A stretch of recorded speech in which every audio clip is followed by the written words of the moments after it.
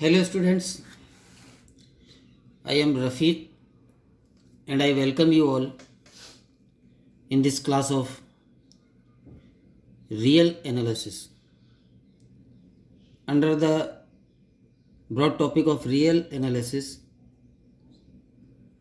we are studying theory of convergence, under which we are taking sequence. Sequence हमने कल start किया था. Sequence या अनुक्रम, और हमने पाया था कि बेसिकली सीक्वेंस एक फंक्शन होता है with one extra condition that its domain is n. ऐसा फलन जिसका प्रांत कैपिटल एन हो और सहप्रांत कोई भी हो, वो अनुक्रम कहलाता है. अगर सहप्रांत वास्तविक संख्याओं का समुच्चय कैपिटल आर या उसका कोई उपसमुच्चय हो तो फिर ये वास्तविक अनुक्रम कहलाता है, यानी रियल सीक्वेंस हो जाता है. और हमने ये पढ़ा था कि हमें केवल वास्तविक अनुक्रम या रियल सीक्वेंस ही पढ़ना है. सीक्वेंस मूलतः एक फलन होता है, लेकिन हमने कल इसका रिप्रेजेंटेशन जब देखा इससे पिछले वीडियो में, तो हमने पाया कि कहा ऐसे भी जा सकता है कि अनंत संख्याएं एक क्रम में लिख दी जाएं जिनका डिफरेंट होना भी आवश्यक नहीं है, तो वो एक अनुक्रम बन जाता है. हमने एग्जाम्पल लिए थे जैसे 1, 4, 9, 16 एंड सो ऑन. ये एक सीक्वेंस हो गया, इसमें अनंत नंबर एक क्रम में लिखे हुए.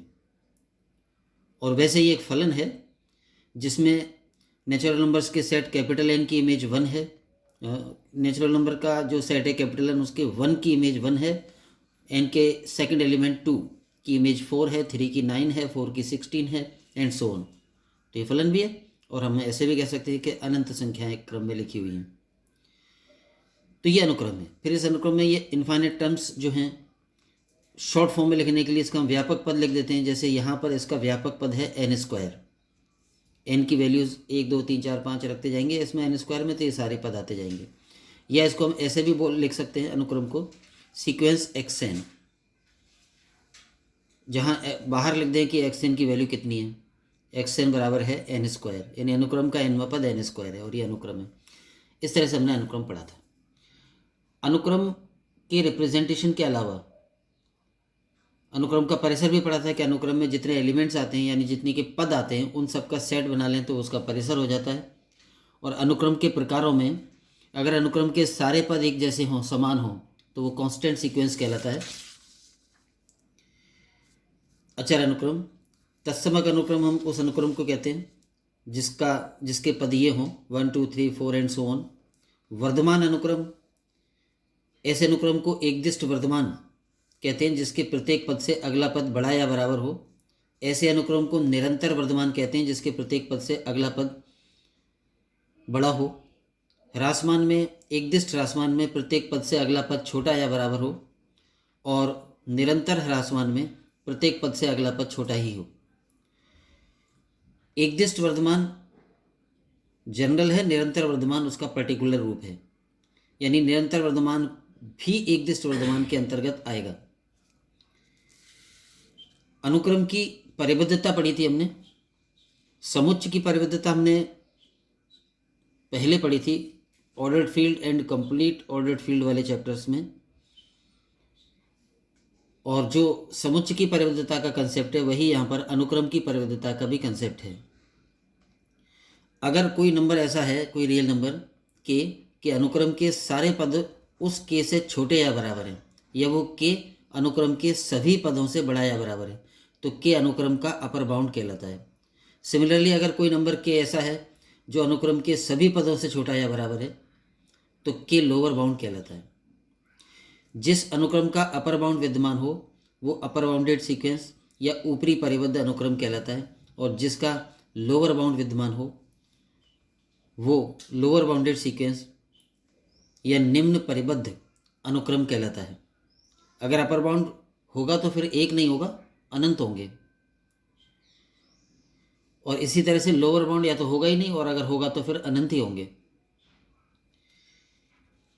अगर दोनों बातें हों, कोई अनुक्रम xn ऐसा है कि उसके लिए कोई दो पद या दो real numbers k1 and k2 ऐसे विद्यमान है कि अनुक्रम के सभी पद k1 से तो बड़े या बराबर हैं और k2 से छोटे या बराबर हैं, देन k1 लोअर बाउंड और k2 अपर बाउंड हो गया। और जिसके लोअर और अपर दोनों प्रकार के बाउंड्स विद्यमान हो, यानी ऊपरी परिबंध भी विद्यमान हो और निम्न परिबंध भी विद्यमान हो, ऐसा अनुक्रम परिबद्ध अनुक्रम कहलाता है। यानी फिर अपर और लोअर शब्द हटा के हम कहते हैं दैट सीक्वेंस इज बाउंडेड। तो ये परिबद्धता थी। परिबद्धता को हम ऐसे दिखा सकते हैं कि सभी पद दो नंबर्स के बीच में हैं, या मॉड में अगर लें तो एक ही नंबर से दोनों साइड की परिबद्धता डिफाइन हो जाएगी। यानी अगर कोई अनुक्रम xn इस प्रकार का है कि उसके लिए एक रियल नंबर k ऐसा मौजूद है कि अनुक्रम के सभी पदों का मॉड उस k से कम या बराबर है, तो फिर वो अनुक्रम परिबद्ध कहलाएगा। मॉड में अगर लेंगे तो एक ही नंबर काफ़ी है, क्योंकि जब k मॉड xn k से छोटा या बराबर होगा तो k खुद अपर बाउंड हो जाएगा और k का नेगेटिव यानी माइनस k लोअर बाउंड हो जाएगा। तो ये अनुक्रम की परिबद्धता थी। और हमने ये भी देखा था कि कोई अनुक्रम ऊपरी परिबद्ध, निम्न परिबद्ध या परिबद्ध होगा अगर उसका परास वैसा ही है, यानी जो रेंज, और परास एक समुच्च होता है और समुच्च की परिबद्धता हमने पहले पढ़ी ली है। तो ये सब हमने पिछले वीडियो में डिस्कस किया था। आज हम 4 इंपॉर्टेंट कंसेप्ट्स डिस्कस करने जा रहे हैं, और वो हैं supremum of a sequence, infimum of a sequence, limit point of a sequence and limit of a sequence. तो फर्स्ट सुप्रीमम पर आए हैं। किसी सीक्वेंस का सुप्रीमम क्या होता है और कब होता है? सुप्रीमम को हम बोलते हैं उच्चक। अगर कोई सीक्वेंस xn अपर बाउंडेड है, यानी अपर बाउंडेड है तभी सीक्वेंस सुप्रीमम होगा। अपर बाउंडेड का मतलब अभी हमने देखा ही है कि सीक्वेंस के सारे नंबर, सारे पद किसी नंबर k से छोटे या बराबर। जैसे ये रियल लाइन है और यहाँ पर k है, तो ये k कोई रियल नंबर किसी इस सीक्वेंस का अपर बाउंड कब कहलाएगा? जब सीक्वेंस के सारे पदों से ये बड़ा या बराबर हो। इसका मतलब सीक्वेंस के सारे पद k के लेफ्ट में होंगे, जैसे x1, x2, x3, x4 जो भी हों। ज़रूरी नहीं बढ़ते क्रम में हो, घटते क्रम में हो सकते हैं। अनुक्रम के सारे पद अगर इस k से छोटे या बराबर हैं तो ये अपर बाउंड कहलाएगा। और अगर ये अपर बाउंड है तो इससे बड़ा कोई भी रियल नंबर अपर बाउंड ही होगा इस सीक्वेंस का। तो हमने देख लिया कि अगर इस सीक्वेंस का अपर बाउंड मौजूद है तो फिर मोटे तौर पर कहें तो सबसे छोटा जो अपर बाउंड होगा, लीस्ट अपर बाउंड, उसे हम कहते हैं सुप्रीमम या उच्चक। क्योंकि अभी हमने देखा ही कि अगर अपर बाउंड हैं तो फिर बहुत होंगे, फिर उनमें जो सबसे छोटा होगा वो सुप्रीमम कहलाएगा। सबसे छोटा शब्द की बजाय बेटर फॉर्म में हम ऐसे डिफाइन कर सकते हैं कि ऐसा अपर बाउंड, जैसे अगर इसे हम k1 कहें कि k1 अपर बाउंड है तो ये अनुक्रम के सारे पदों से बड़ा या बराबर है, तो फिर k1 से बड़ा कोई भी नंबर ले लें, k2, k3, k4, वो सब भी अपर बाउंड होंगे। यानी k1 अपर बाउंड है तो इससे इधर वाले तो सारे ही अपर बाउंड होंगे। तो अपर बाउंड तो बहुत होंगे। अब मान लो ऐसा अपर बाउंड, मान लो अल्फ़ा भी एक अपर बाउंड है और अल्फ़ा ऐसा अपर बाउंड है कि अल्फ़ा से छोटा कोई भी अपर बाउंड नहीं है, तो अल्फ़ा सुप्रीमम कहलाएगा। अल्फ़ा खुद अपर बाउंड हो, पहली बात, और दूसरी बात इससे छोटा कोई भी संख्या ले लें, थोड़ी भी छोटी ले लें, तो वो अपर बाउंड नहीं होनी चाहिए। अब इससे छोटी संख्या को हम किस रूप में व्यक्त करेंगे? जैसे अगर अल्फ़ा में से एप्सिलॉन घटा दें, कोई भी एप्सिलॉन पॉजिटिव नंबर ले लें, epsilon is a positive number, तो अल्फ़ा में से एप्सिलॉन घटा देंगे तो ये अल्फ़ा से छोटा हो जाएगा, तो अल्फ़ा अगर यहाँ पर है तो अल्फ़ा माइनस एप्सिलॉन यहाँ पर हो जाएगा। तो ये क्या कहलाएगा, ये व्यक्त कर रहा है अल्फ़ा माइनस एप्सिलॉन अल्फ़ा से छोटे किसी भी नंबर को, और एप्सिलॉन कितना भी ले लें। तो ये अल्फ़ा खुद तो अपर बाउंड होना चाहिए, अल्फ़ा से छोटा कोई भी नंबर ले लें तो वो अपर बाउंड नहीं होना चाहिए। अल्फ़ा खुद अपर बाउंड होना चाहिए का मतलब क्या हो गया कि सीक्वेंस की सारी टर्म्स अल्फ़ा से छोटी या बराबर होनी चाहिए। ऑल टर्म्स मतलब for all n belongs to capital N। First condition तो ये हो गई। इससे तो आ रहा है कि अल्फ़ा अपने आप में एक अपर बाउंड है, अल्फ़ा से छोटा कोई भी अपर बाउंड ना हो। इसके लिए हम इस बात को कैसे व्यक्त करेंगे कि किसी भी एप्सिलॉन के लिए अल्फ़ा माइनस एप्सिलॉन अल्फ़ा से छोटा नंबर होता है, और ये अल्फ़ा से छोटा नंबर अपर बाउंड नहीं होना चाहिए। तो कब नहीं होगा, कब होता, alpha minus epsilon upper bound हो जाता है यदि अल्फ़ा माइनस एप्सिलॉन अनुक्रम के सभी पदों से बड़ा या बराबर होता, तब तो ये अपर बाउंड हो ही जाता सभी से। हम कह रहे हैं कि अपर बाउंड नहीं होना चाहिए, यानी अगर अल्फ़ा माइनस एप्सिलॉन से लेफ्ट में ही होते अनुक्रम के सारे पद तो ये अपर बाउंड हो ही जाता। ये अपर बाउंड कब नहीं होगा, जब अनुक्रम का कोई ना कोई पद इससे बड़ा हो। मान लो कि हम ये कहें कि अनुक्रम में कोई पद है, उदाहरण के लिए अनुक्रम में मान लो 50वां पद है x50 और वो अल्फ़ा माइनस एप्सिलॉन से बड़ा है, तो इससे प्रूव हो गया अकेले एक पद से कि ये alpha minus epsilon upper bound नहीं है। अपर बाउंड होता है जब तो अनुक्रम के सारे पद इससे छोटे होते या बराबर होते। इससे एक भी बड़ा पद हो अनुक्रम में तो ये अपर बाउंड नहीं होगा। तो हम क्या कहना चाह रहे हैं कि अल्फ़ा माइनस एप्सिलॉन जो अल्फ़ा से छोटा है वो अपर बाउंड नहीं होना चाहिए। तो इस बात को हम ऐसे कहेंगे कि कोई ऐसा अनुक्रम का पद मौजूद हो xn जो इस अल्फ़ा माइनस एप्सिलॉन से बड़ा हो, xn is less than alpha minus epsilon. दोबारा से इसी सब बात को बोले तो कोई अल्फ़ा कब उच्चक कहलाता है, जब पहली बात तो वो अपर बाउंड हो, यानी अनुक्रम के सभी पदों से बड़ा या बराबर हो, और दूसरी बात इससे जस्ट छोटी भी थोड़ी भी छोटी कोई संख्या ले लें तो वो अपर बाउंड ना हो। इससे थोड़ी छोटी संख्या अल्फ़ा माइनस एप्सिलॉन ले ली तो वो अपर बाउंड ना हो। और ये अपर बाउंड कब नहीं होगा, जब ये थोड़ा सही नहीं लिखा, इसको इधर लिखें या दोबारा लिखें, जब अल्फ़ा माइनस एप्सिलॉन से बड़ा कोई ना कोई पद अनुक्रम में विद्यमान हो। ज्योमेट्रिकली एक बार फिर देखें कि अनुक्रम का अगर उच्चक अल्फ़ा है तो कब होगा, तो पहली शर्त तो ये कि अनुक्रम के सारे पद अल्फ़ा के लेफ्ट साइड में ही हों, यानी राइट साइड में अनुक्रम का एक भी पद ना हो। लेकिन अल्फ़ा से थोड़ा भी छोटा कर लें तो फिर उसके राइट में अल्फ़ा अनुक्रम के पद मौजूद हों, यानी अल्फ़ा से तो सारे छोटे या बराबर हों, लेकिन अल्फ़ा माइनस एप्सिलॉन से सभी छोटे या बराबर ना हो, कुछ ना कुछ उससे बड़े भी हों। इससे सिद्ध होगा कि alpha minus epsilon upper bound नहीं है और अल्फ़ा अपर बाउंड है, यानी अल्फ़ा स्वयं अपर बाउंड है और उससे छोटी कोई भी संख्या अपर बाउंड नहीं है। तो उसका मतलब यही हो गया कि अल्फ़ा सबसे छोटा अपर बाउंड है, लीस्ट अपर बाउंड है, उसे उच्चक कहते हैं। सिमिलर कंसेप्ट निम्नक का हो जाएगा। ये जो उच्चक का कंसेप्ट हमने यहाँ भी डिस्कस किया है, इसको लिखें तो इस प्रकार होगा। परिभाषा उच्चक की ये बनेगी, अनुक्रम का उच्चक सुप्रीमम ऑफ सीक्वेंस, कोई अल्फ़ा बिलोंग्स टू आर। यहाँ पर हम रियल सीक्वेंस पढ़ रहे हैं तो जो भी कुछ होगा वो सब आर में ही होगा। अनुक्रम जो होगा उसके सारे पद रियल नंबर्स ही होंगे और उसका जो भी उच्चक निम्नक अपर बाउंड लोअर बाउंड वो सब आर के ही अवयव होंगे। तो कोई अल्फ़ा बिलोंग्स टू आर, यानी कोई वास्तविक संख्या अल्फ़ा किसी अपर बाउंडेड अनुक्रम xn का उच्चक कहलाता है यदि ये अल्फ़ा इसका उच्चक कहलाएगा इस अनुक्रम का यदि दो बातें हों। पहली, अल्फ़ा अनुक्रम के सभी पदों से बड़ा या बराबर हो फॉर ऑल, और दूसरा स्विच एप्सिलॉन ग्रेटर देन 0 के लिए एप्सिलॉन धनात्मक संख्या ले ली तो अल्फ़ा माइनस एप्सिलॉन से बड़ा पद अनुक्रम में मौजूद हो। देयर एग्जिस्ट एन, एक ऐसी प्राकृतिक संख्या विद्यमान होनी चाहिए कि उतने में नंबर का अनुक्रम का पद इस अल्फ़ा माइनस एप्सिलॉन से बड़ा हो, इसका मतलब alpha minus epsilon upper bound ना हो, जहाँ एप्सिलॉन कोई भी।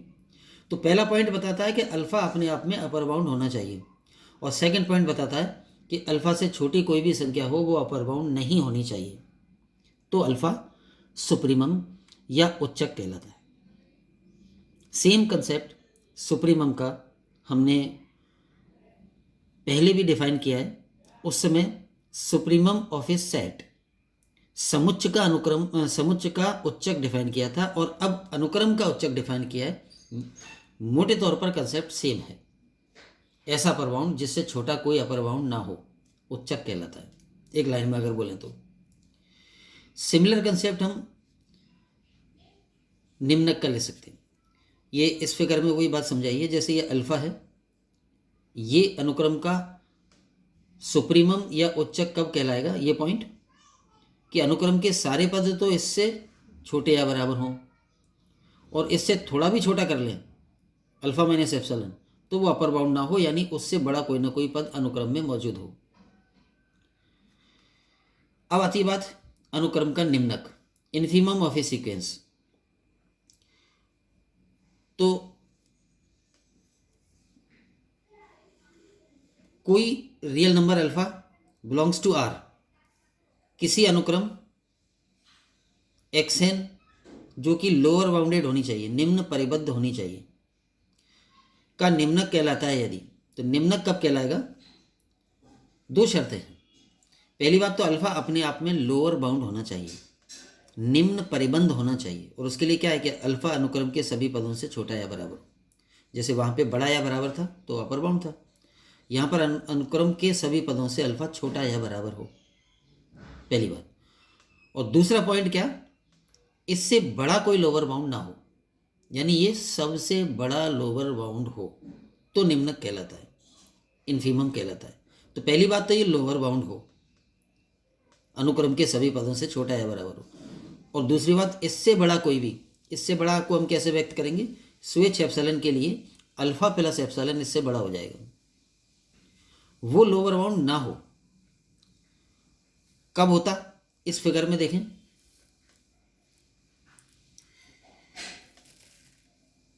ये अल्फा है, पहली बात ये लोअर बाउंड होना चाहिए, यानी अनुक्रम के सारे पदों से छोटा या बराबर होना चाहिए। तो इस समय अल्फा यहाँ पर है तो अनुक्रम के पद होंगे इधर, अनुक्रम के सारे पदों से ये अल्फा छोटा या बराबर होना चाहिए।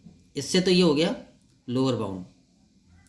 फिर इससे बड़ा कोई भी नंबर, जैसे यहाँ ले लिया अल्फा से बड़ा अल्फा प्लस एप्सिलॉन, तो ये लोअर बाउंड ना हो। लोअर बाउंड ना हो का मतलब ये अल्फा प्लस एप्सिलॉन अनुक्रम के सभी पदों से छोटा या बराबर हो, ऐसा नहीं होना चाहिए। अनुक्रम का कोई ना कोई पद इससे छोटा हो जाए, मिल जाए। तो स्वेच्छ एप्सिलॉन के लिए एक ऐसा नेचुरल नंबर विद्यमान हो, एक ऐसी प्राकृतिक संख्या विद्यमान हो कि उतनेवें नंबर का अनुक्रम का पद अल्फा प्लस एप्सिलॉन से छोटा हो, और एक भी पद अनुक्रम का अल्फा प्लस एप्सिलॉन से छोटा है, तो ये बता रहा है कि alpha plus epsilon lower bound नहीं है। और अल्फा प्लस एप्सिलॉन क्या व्यक्त कर रहा है, अल्फा से बड़ा कोई भी नंबर। तो इन्फीमम की इस परिभाषा को हम शॉर्ट में बोलें तो क्या है, greatest lower bound, greatest lower bound is called infimum, यानी सबसे बड़ा निम्न परिबंध निम्नक कहलाता है। या ऐसे बोल सकते हो कि ऐसा रियल नंबर अनुक्रम का निम्नक कहलाता है जो खुद अपर बाउंड, खुद लोअर बाउंड हो और उससे बड़ा कोई भी लोअर बाउंड ना हो। तो ये सुप्रीमम और इन्फीमम के कंसेप्ट्स हैं। ज्योमेट्रिकली अगर हम अनुक्रम और उसके सुप्रीमम इन्फीमम को समझना चाहें तो अगेन एक रियल लाइन पर ये वास्तविक संख्या रेखा है, और इस पर हम अनुक्रम, कोई भी अनुक्रम है उसके पदों को व्यक्त कर दें। जैसे यहाँ पर ये अनुक्रम है, और मान लो अनुक्रम के पद ऐसे हैं, तो जो सुप्रीमम होगा उसकी क्या विशेषता होगी।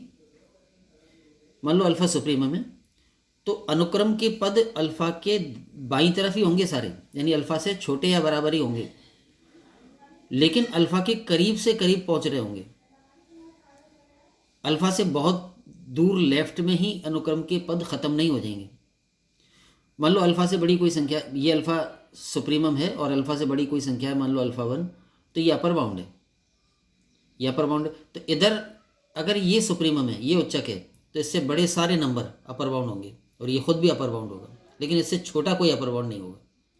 इसी तरह से मान लो कोई बीटा अनुक्रम का निम्नक है, तो इसका मतलब बीटा अनुक्रम का लोअर बाउंड है। लोअर बाउंड है का मतलब अनुक्रम के सारे पदों से बीटा छोटा या बराबर होगा, ये लोअर बाउंड है। और भी इधर वाली सारी संख्याएं अनुक्रम के लोअर बाउंड होंगी, अनुक्रम के पद यहाँ पर हैं, ये लोअर बाउंड है और इससे और छोटा हर नंबर लोअर बाउंड होगा, लेकिन इससे बड़ा कोई भी लोअर बाउंड ना हो तो ये निम्नक कहलाएगा।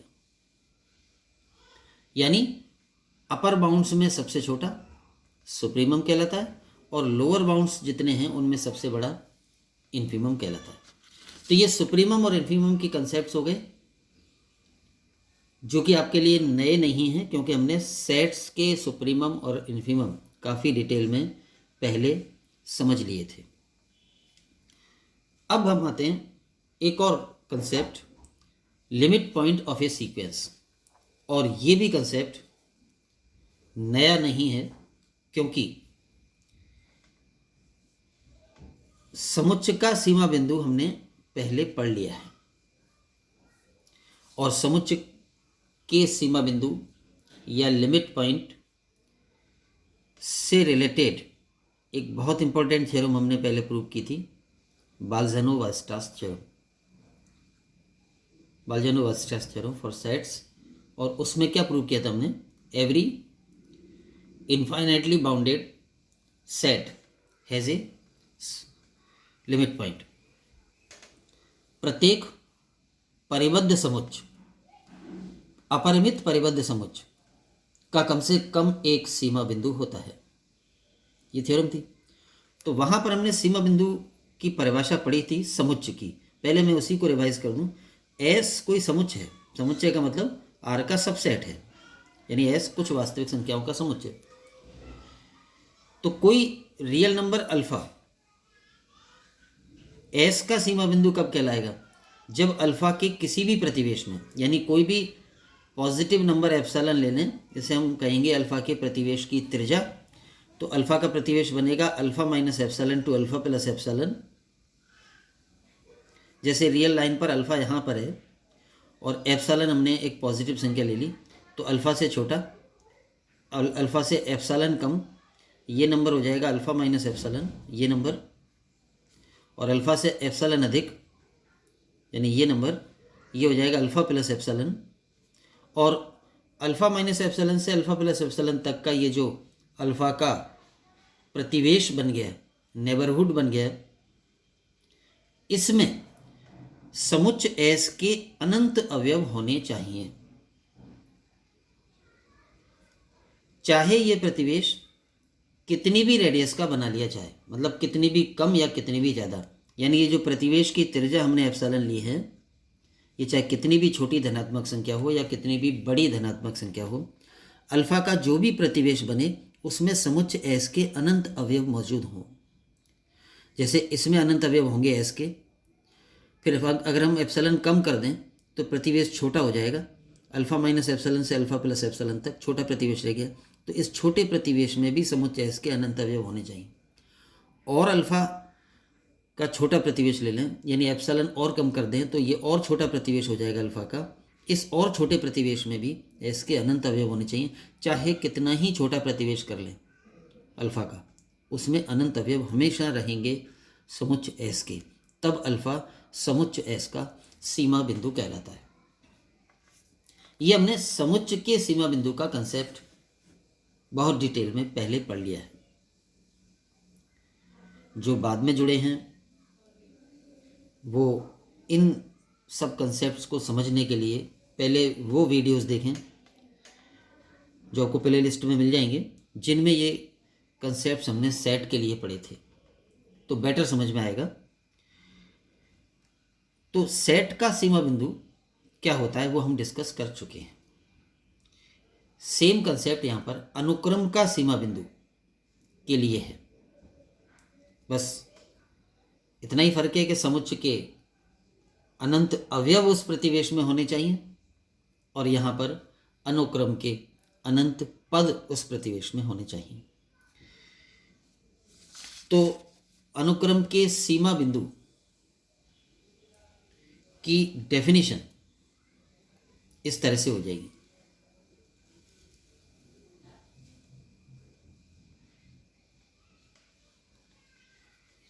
अनुक्रम का सीमा बिंदु, limit point of a sequence, कोई अल्फा बिलोंग्स टू आर यानी कोई रियल नंबर किसी अनुक्रम xn का सीमा बिंदु कहलाता है यदि अल्फा के प्रत्येक प्रतिवेश में अनुक्रम xn के अनंत पद विद्यमान हो, अर्थात स्विच एप्सिलॉन ग्रेटर देन 0 के लिए प्रतिवेश की त्रिज्या, ये जो हमने प्रतिवेश बना लिया अल्फा का, alpha minus epsilon to alpha plus epsilon, इसमें क्या हो, xn बिलोंग्स टू दिस, यानी अनुक्रम के पद इसमें विद्यमान हो।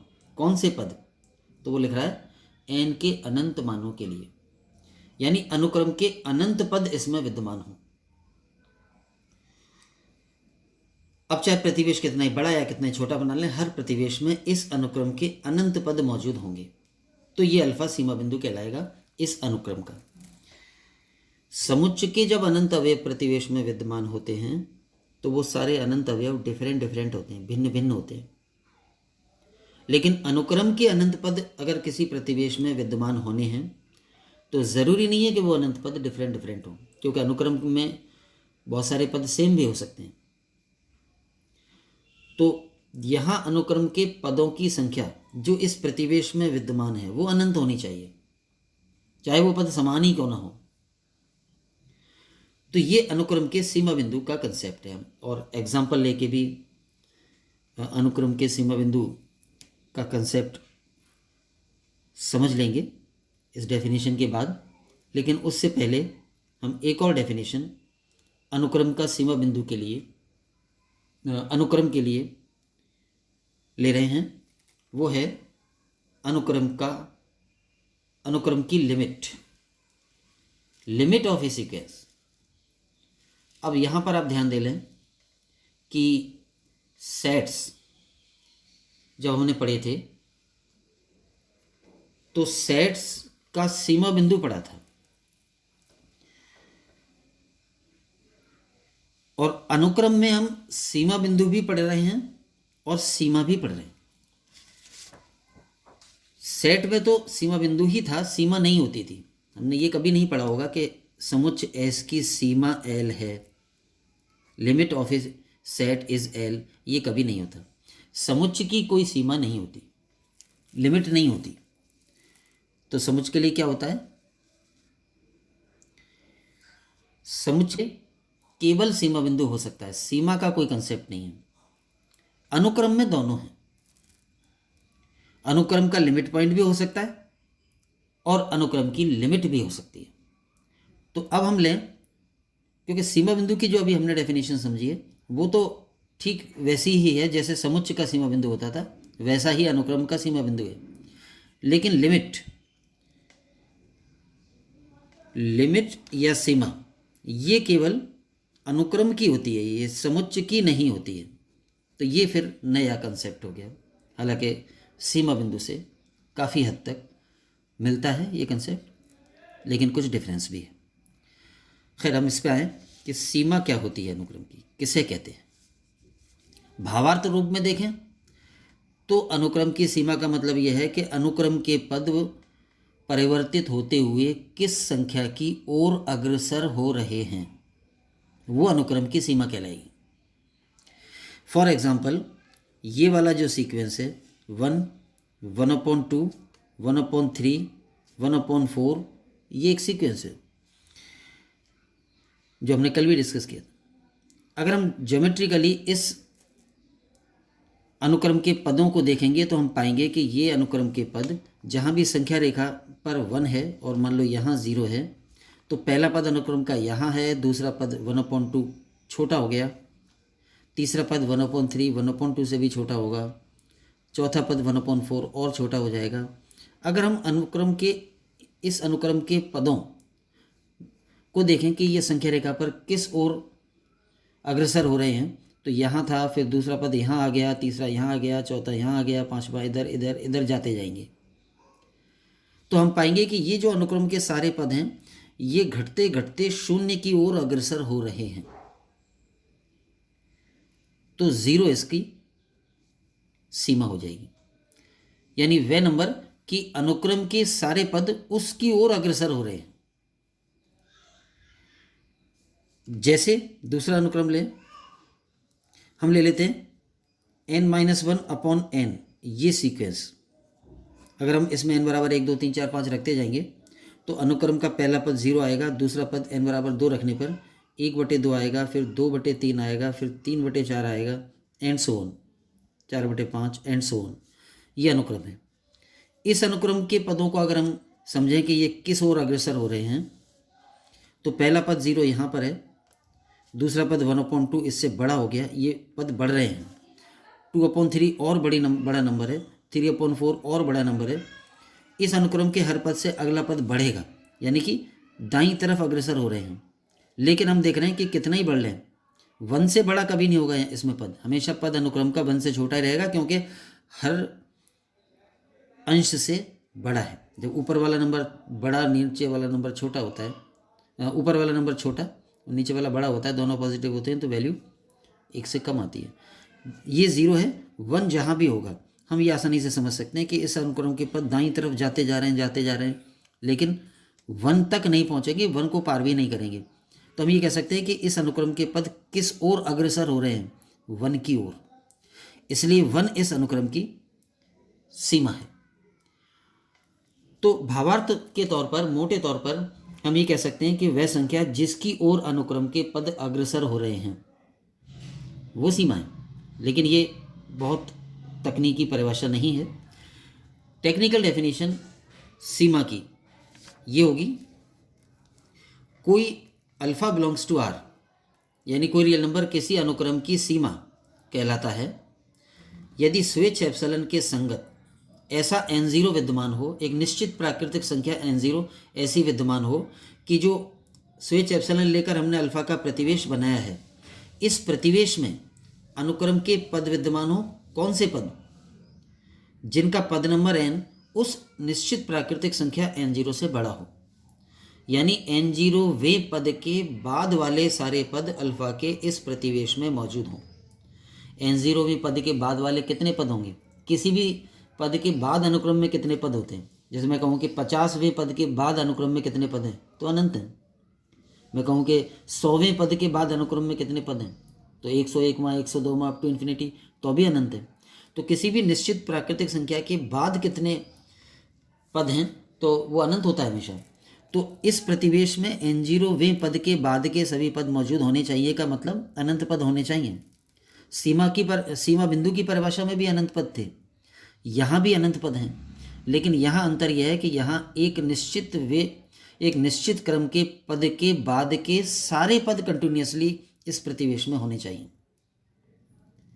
और उसमें यह था कि प्रतिवेश में कोई से भी अनंत पद होने चाहिए। उसमें ऐसा नहीं था कि कंटिन्यूसली सारे पद इसके प्रतिवेश के अंदर होने चाहिए, एक छोड़ के एक भी हो सकता है, 10-5 छोड़ के भी हो सकते हैं। टोटल अनंत पद हर प्रतिवेश में होने चाहिए, चाहे वो कंटिन्यूसली ना हो। यहाँ पर जो अल्फा का प्रतिवेश है उसमें अनंत पद होने चाहिए, और वो अनंत पद कैसे होने चाहिए? एक निश्चित प्राकृतिक संख्या के बाद के लगातार सारे पद होने चाहिए। तो ये सीमा बिंदु की परिभाषा और सीमा की परिभाषा में अंतर है। और ये बात तो हम सब ऑर्डर्ड फील्ड और कंप्लीट ऑर्डर्ड फील्ड वाले चैप्टर में पढ़ी चुके हैं कि इस बात को ऐसे भी लिख सकते हैं। हमने वहाँ पे पढ़ा था कि x माइनस a का mod is less than delta, इसका मतलब x की a से दूरी डेल्टा से कम है। इसका मतलब है कि जो x है वो प्रतिवेश a minus delta two a plus delta में विद्यमान है। ये थ्योरम प्रूव की थी हमने, उससे इस बात को समझ सकते हैं। या यही समझ लें, ये हम क्या करें, xn इस प्रतिवेश में है, जैसे ये अल्फ़ा है और ये अल्फ़ा माइनस एप्सिलॉन, ये अल्फ़ा प्लस एप्सिलॉन, तो xn इस प्रतिवेश में कहीं भी है तो xn इधर होगा चाहे इधर होगा। अगर xn इस प्रतिवेश में यहाँ पर है तो xn की अल्फ़ा से दूरी कितनी होगी? एप्सिलॉन से कम, क्योंकि त्रिज्या एप्सिलॉन है इसकी, यहाँ से यहाँ तक की दूरी एप्सिलॉन है, अल्फा से अल्फा माइनस एप्सिलॉन तक की दूरी एप्सिलॉन है। अगर इस प्रतिवेश में कोई भी एक्स एन होगा तो उसकी अल्फा से दूरी एप्सिलॉन से कम होगी। यह है mod of x n minus alpha का मतलब है एक्स एन की अल्फा से दूरी, डिस्टेंस, और वो एप्सिलॉन से कम होनी। तो ये ऐसे लिखना इंटरवल के रूप में, यह ऐसे लिखना मॉड में, ये तो एक ही बात है। तो मुख्य बात यह है कि अल्फा सीमा कब कहलाएगी, जब हर एप्सिलॉन के लिए जो भी हम अल्फा का प्रतिवेश बना लें, जितनी भी त्रिज्या एप्सिलॉन लेकर, उसके लिए एक निश्चित प्राकृतिक संख्या ऐसी होनी चाहिए कि उसके बाद वाले अनुक्रम के सभी पद उसमें विद्यमान हो, उस प्रतिवेश में, और ये हर एप्सिलॉन के लिए होना चाहिए, तो वो सीमा हो जाती है। सीमा बिंदु और सीमा, ये दो कंसेप्ट, और उससे पहले सुप्रीमम और इन्फीमम, ये बहुत महत्वपूर्ण कंसेप्ट हैं, न केवल सीक्वेंस के, पूरी रियल एनालिसिस के। तो इस वीडियो में हम यहीं समाप्त कर रहे हैं, और नेक्स्ट वीडियो हम जब भी लेंगे तब भी हम एक बार लिमिट पॉइंट एंड लिमिट के कंसेप्ट को रिवाइज करेंगे और विद एग्जांपल्स भी रिवाइज करेंगे। इस वीडियो में इतना ही। Thanks to all. जय हिंद।